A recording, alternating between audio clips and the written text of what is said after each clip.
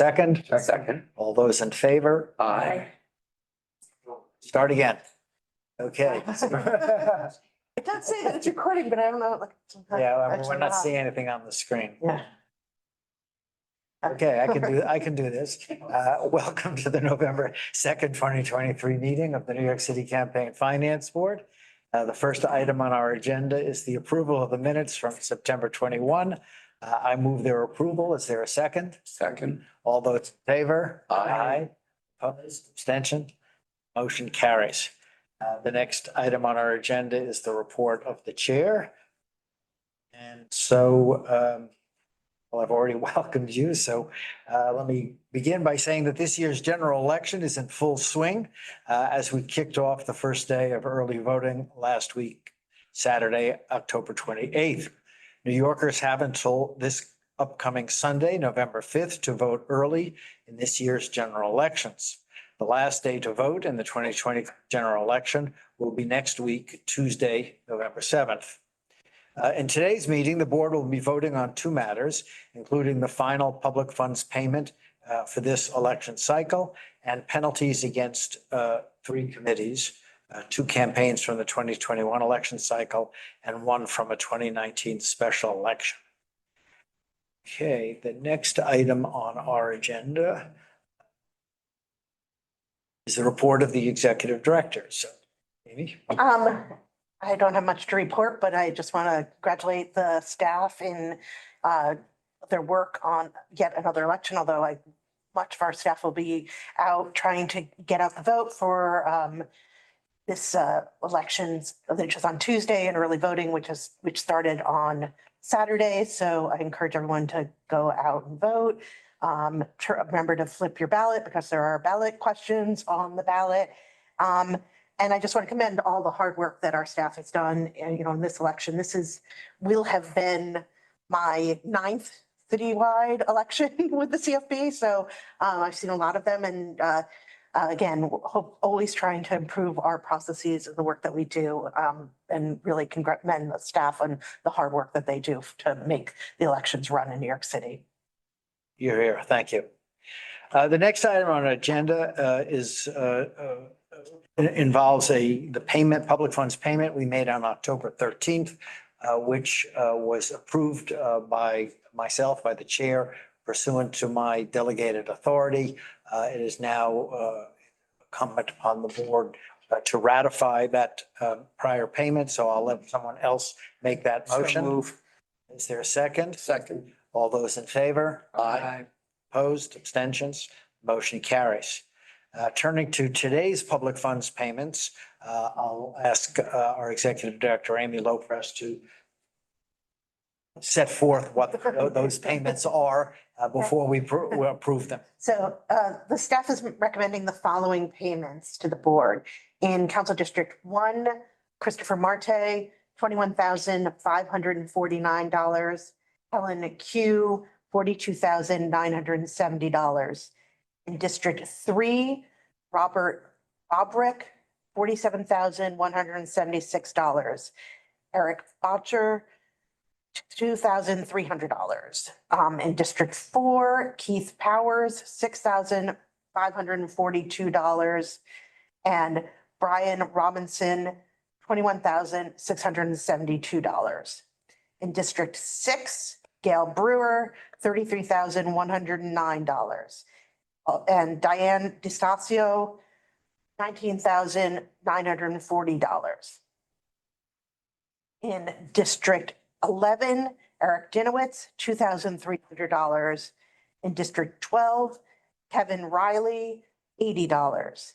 In District 13, Christy Marmorato, $76,824.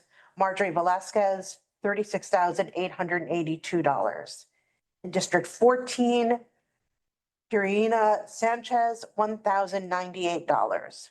In District 18, Amanda Farias, $2,276. In District 19, Tony Avella, $35,079. Vicky Palladino, $8,708. In District 20,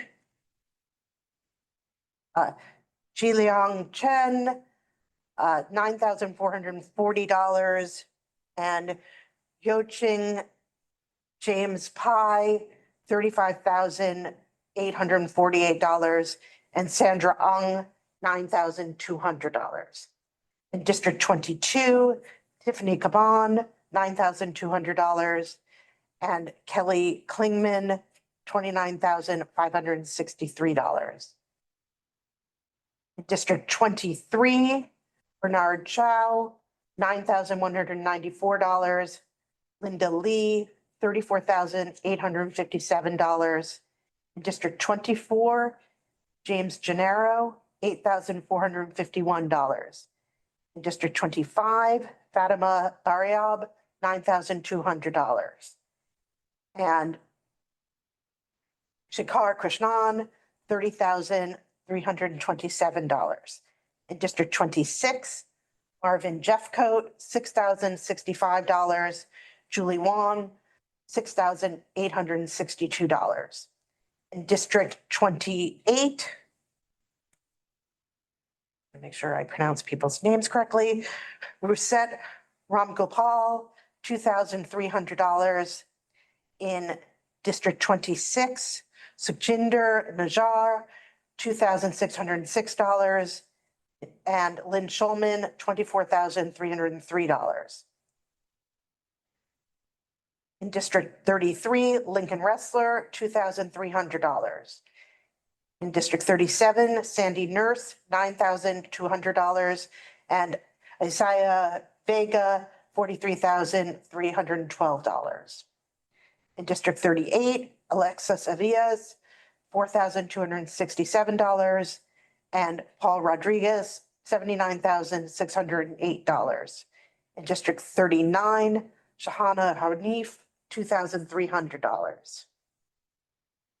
In District 43, Vita Labella, $22,536. And Ying Tan, $23,989. And Susan Zong, $9,200. In District 44, Harold Tischler, $9,200. Kalman Yeager, $1,545. In District 46, Mercedes Narcisse, $2,301. In District 47, Justin Brannan, $9,986. And Ari Kagan, $44,157. In District 48, Igor Katalsker, $14,928. And Ina Vernikov, $29,999. And that is all for a total of $894,749. Thank you. I move the approval of those public funds payments. Is there a second? Second. All those in favor? Aye. Aye. Aye. Abstention, opposed, abstentions, motion carries. Next item on our agenda, we have three penalty determinations, but only one appearance. The appearance is by representatives of Melissa Mark Viverito's campaign. This was a special election campaign from 2019. And are the representatives here? So why don't you come up and take your seats, and our attorney, Joe Gallagher, will take his seat. This is not the first time for you gentlemen, so you know how we operate. I'll ask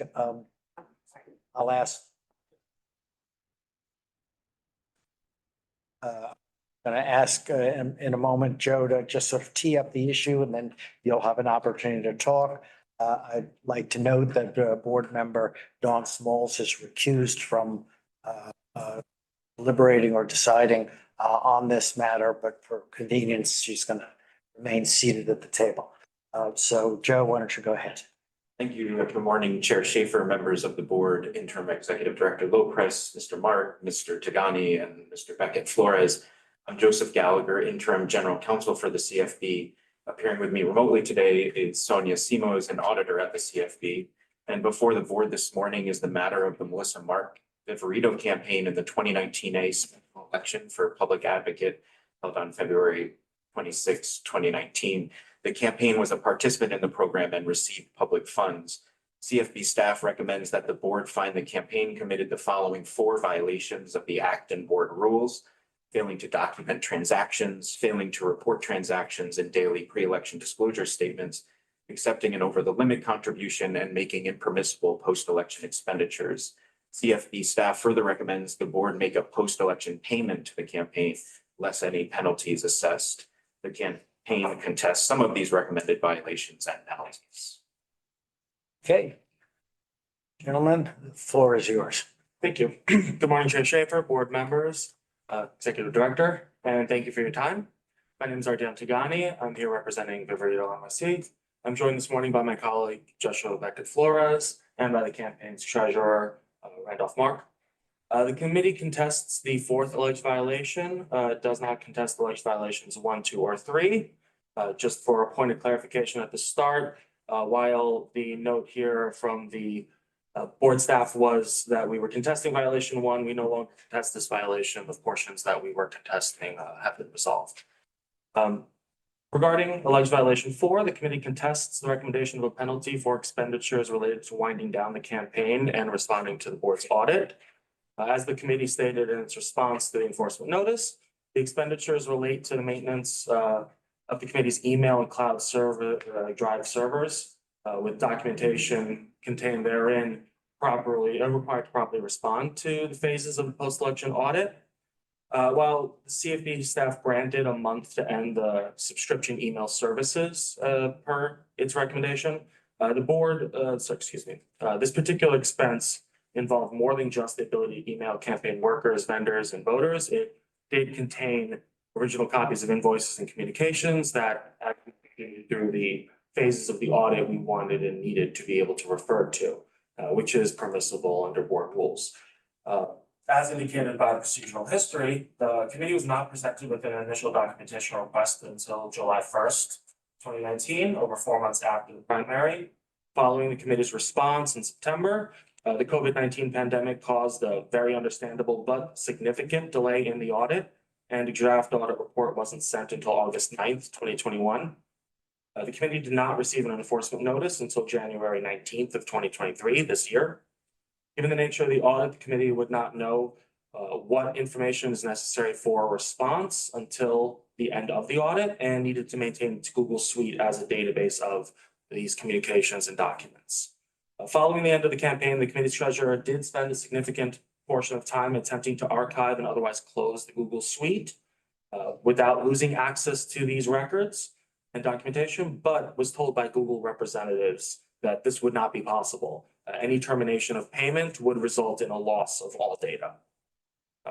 Additionally, regarding a February 27th, 2019 invoice from Resistance Labs, this charge relates to text message services rendered during the campaign to up to and on election day, which was February 26th. The committee does not believe it should be penalized to the entire value of the invoice due to the vendor's 1-day delay in issuing an invoice for services rendered. We haven't been able to get in touch with this vendor. They've changed corporate structure, it seems. So to get any substantiation has been difficult for us. But this was for text message services up to and on election day. What was the amount of that invoice? $4,290. And you said you're contesting all or only part of it? We're contesting that the entirety of that portion of it. It did not. It was entirely before and on election day.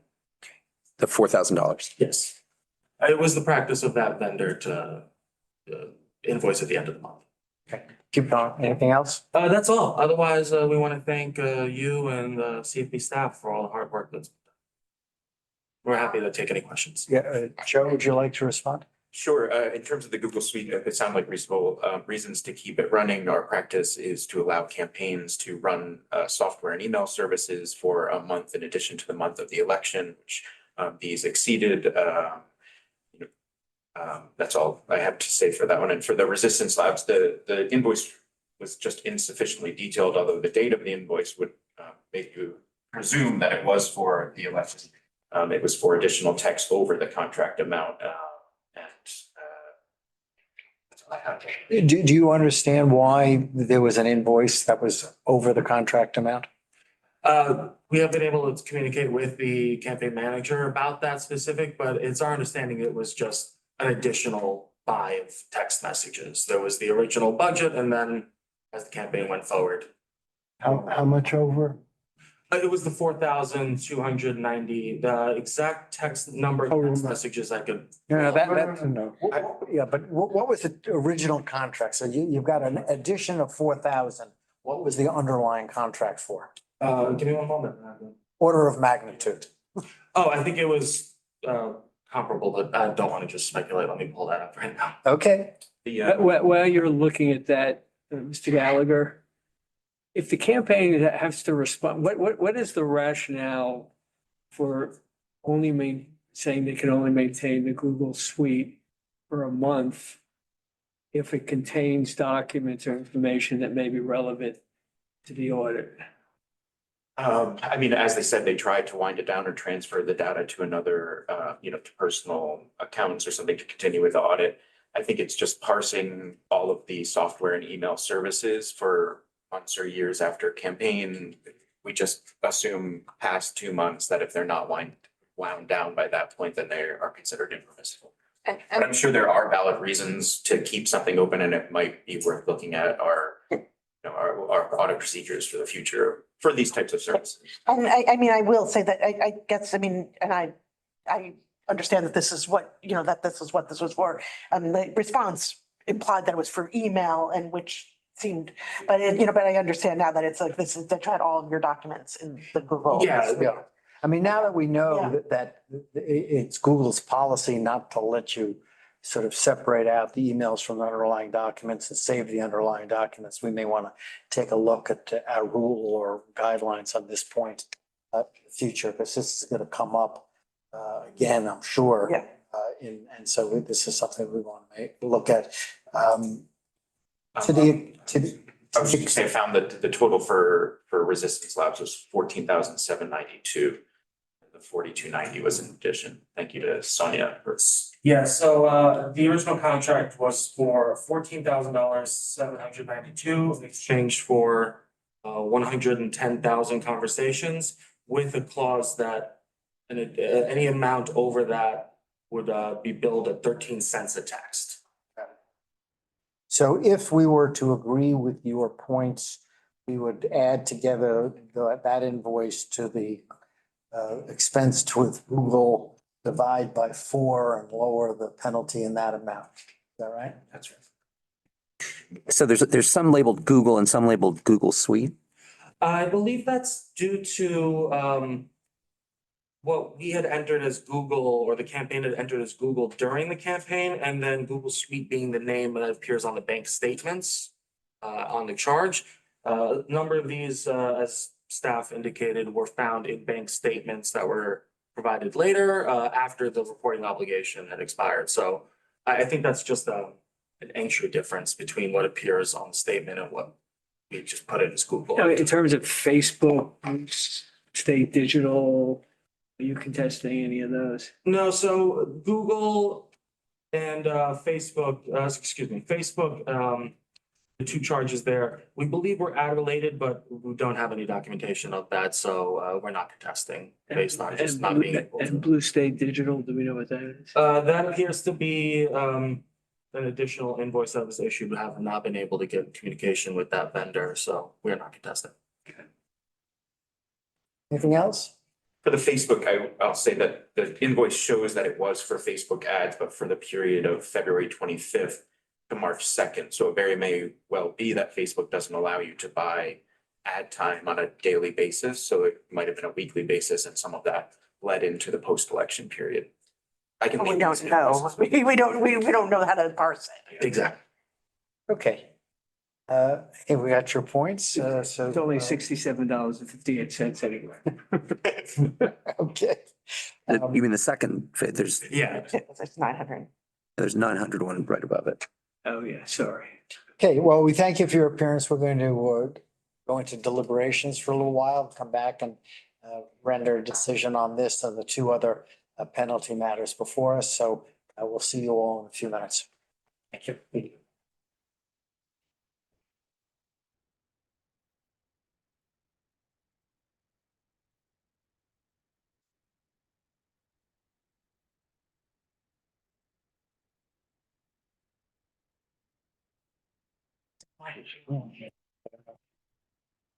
Tell me, but look at my shoes. I was when I was. Yeah, I'm looking. Like,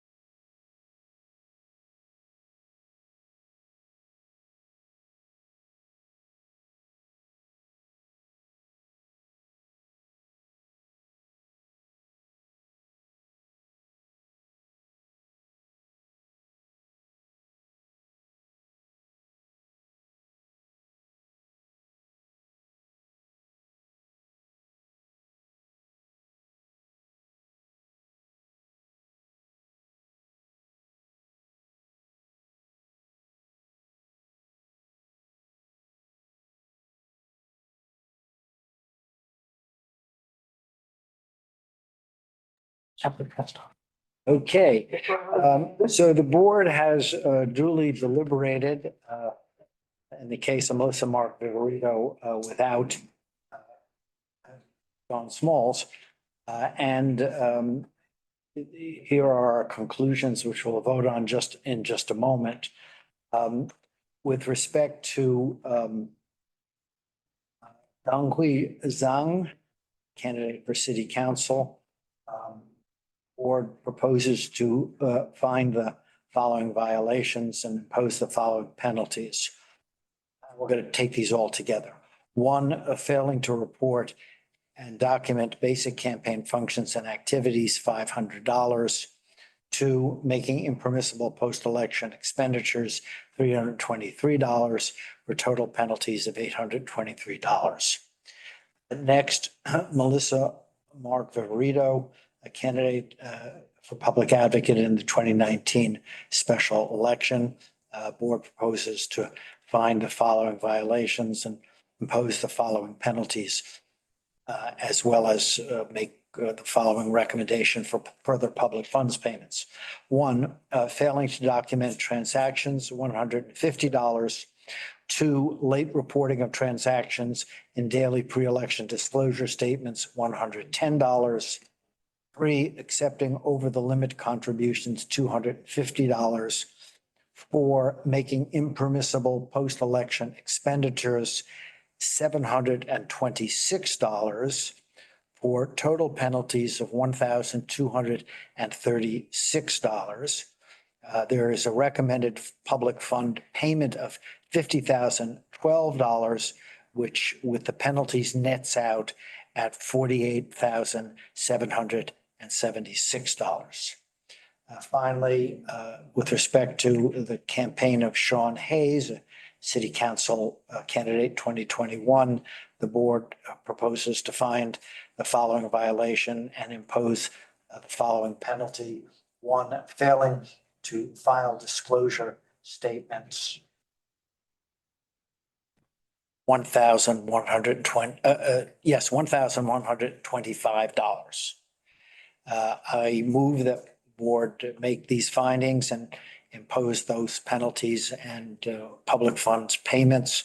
Is there a second? Second. All those in favor? Aye. I can't vote on, Yes, I'm sorry, I better, well, we'll do it all together with the note that Don Smalls is not voting with respect to Melissa Mark Viverito.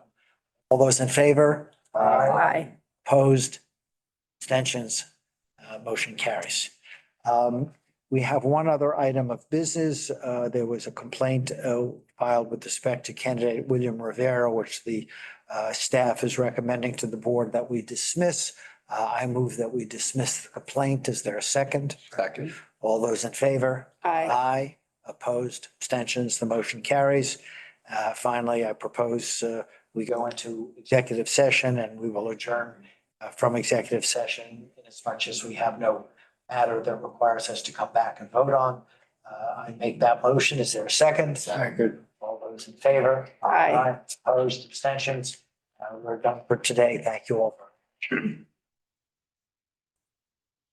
Good boy. I don't have the last. Can't really vote.